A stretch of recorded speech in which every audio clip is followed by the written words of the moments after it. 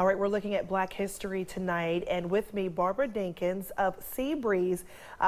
This is a historical place and definitely making Black history in our area. Tell us about Seabreeze, and where is it?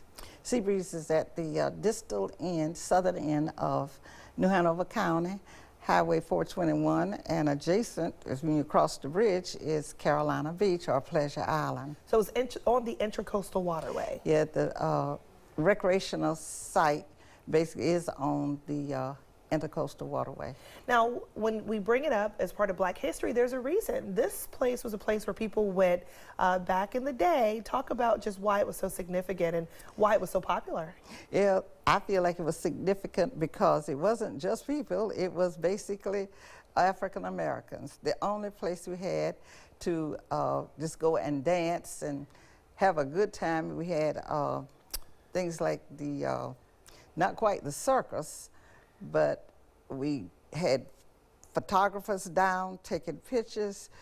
Sometimes we had days that we had Seabreeze Heritage Day recently, I'll say in the last like 10 years ago.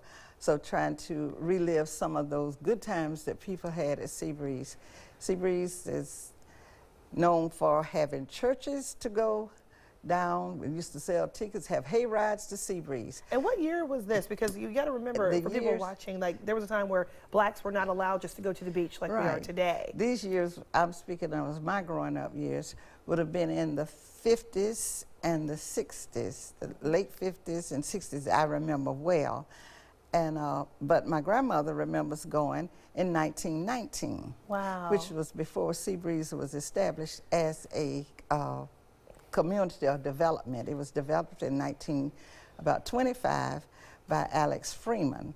I hear that people used to go to Seabreeze, you could get dinner, you could hang out, you could go to parties, and it was a place for African Americans to go and have a good time.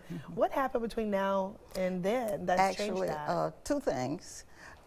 Major thing was the when Hurricane Hazel came in 1954, it took most of the structures down, and there was just a few left. As I said, I can just remember, but so people didn't rebuild at the time, and after the storms came in, later on when integration came about, then we had other places to go, so folk just kind of didn't go to Seabreeze as much anymore. There was not as much to do, other places to go, and so it just kind of laid still for, I guess, 30, 40 years. And what about now? Where are we today with it? Today with a quiet little, I'll call it a little village.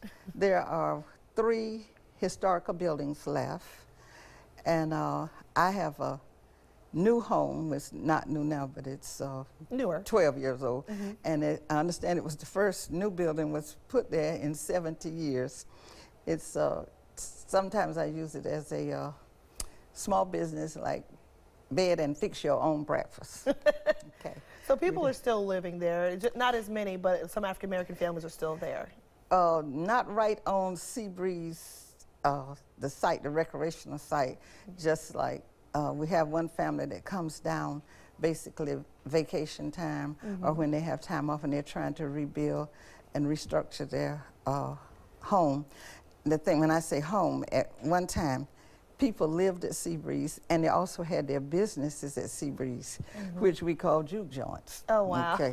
And those small circle, I guess only about a quarter of a mile around, but people from all over the United States, especially servicemen, can remember going to Seabreeze because in the 50s, and the Marines came down from Jacksonville, and that was the only place they had to go.